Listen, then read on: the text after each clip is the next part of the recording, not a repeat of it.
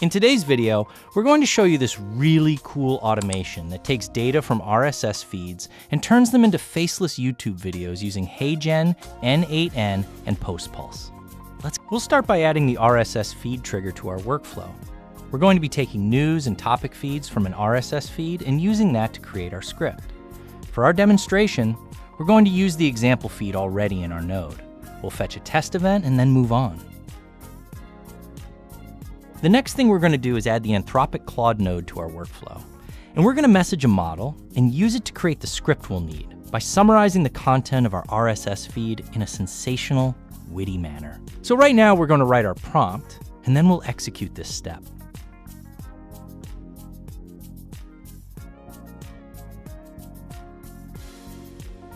Our results are good.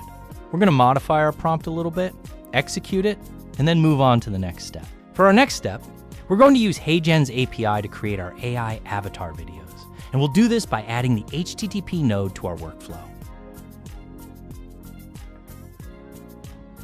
We're going to hop over to HeyGen's API docs and take a look at their endpoints. We'll be using the create a video endpoint in our workflow since we're going to be animating an avatar.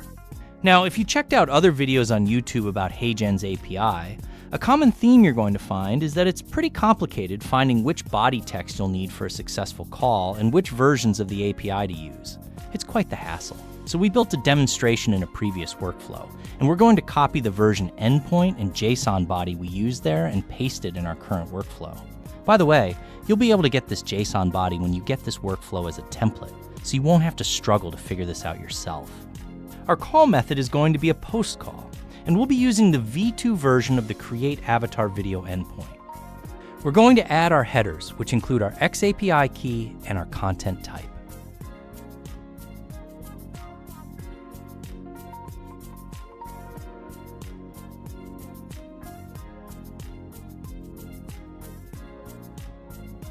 Now we're going to copy the JSON body we're going to use and paste it here in our HTTP node.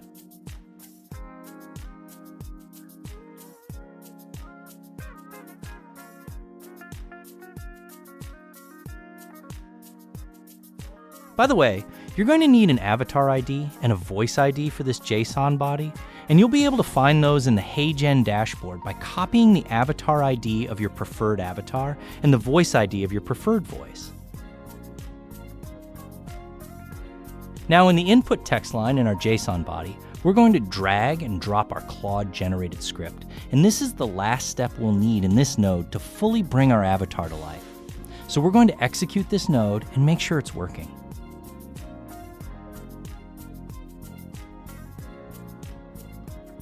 It's working, so we can move on to the next step.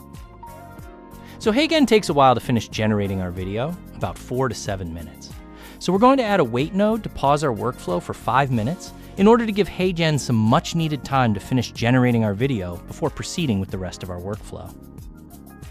Next, we're going to add another HTTP node to our workflow.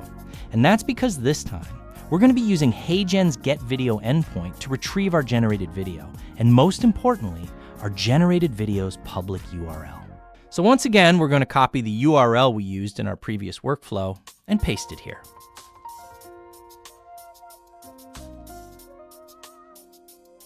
By the way, our call method is going to be a GET request, and we're using the v3 version of the getVideo endpoint.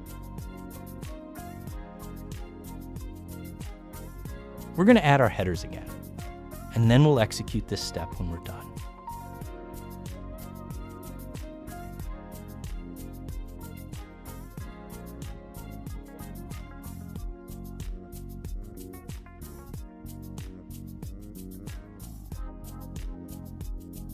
Our workflow is executing our wait node first, so we're just going to skip ahead till it's done. Our GET request works, so we can move on to our next step. For our next step, we're going to add another HTTP node, but this time, we're not going to be making an API call to an endpoint. We're going to download our HeyGen video using our video's public URL. We'll be using a GET method. And for our URL, we're just going to drag and drop our public URL link and execute this step. Another success, so we're going to move on. Next, we want to schedule our generated video to our YouTube channel. To do that, we're going to be using the PostPulse node to schedule our post. But before we can do that, we'll first need to use the Upload Media node. And we're doing that because we're going to need a media key for the Schedule a Post node. So we're going to execute this node and move on. Finally, we'll add our second PostPulse node and use the Schedule a Light Post action. For our date and time field, we want to be able to schedule our posts every single time our workflow runs. Putting a static date is going to be counterproductive to that.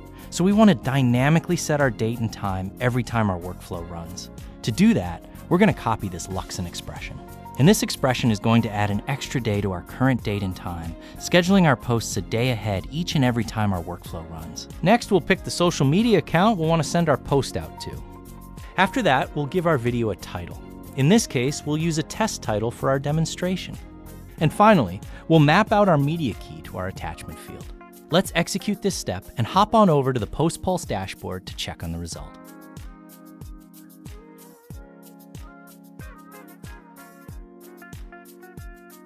Our workflow has been a success, and we've successfully created a faceless YouTube video using data from an RSS feed.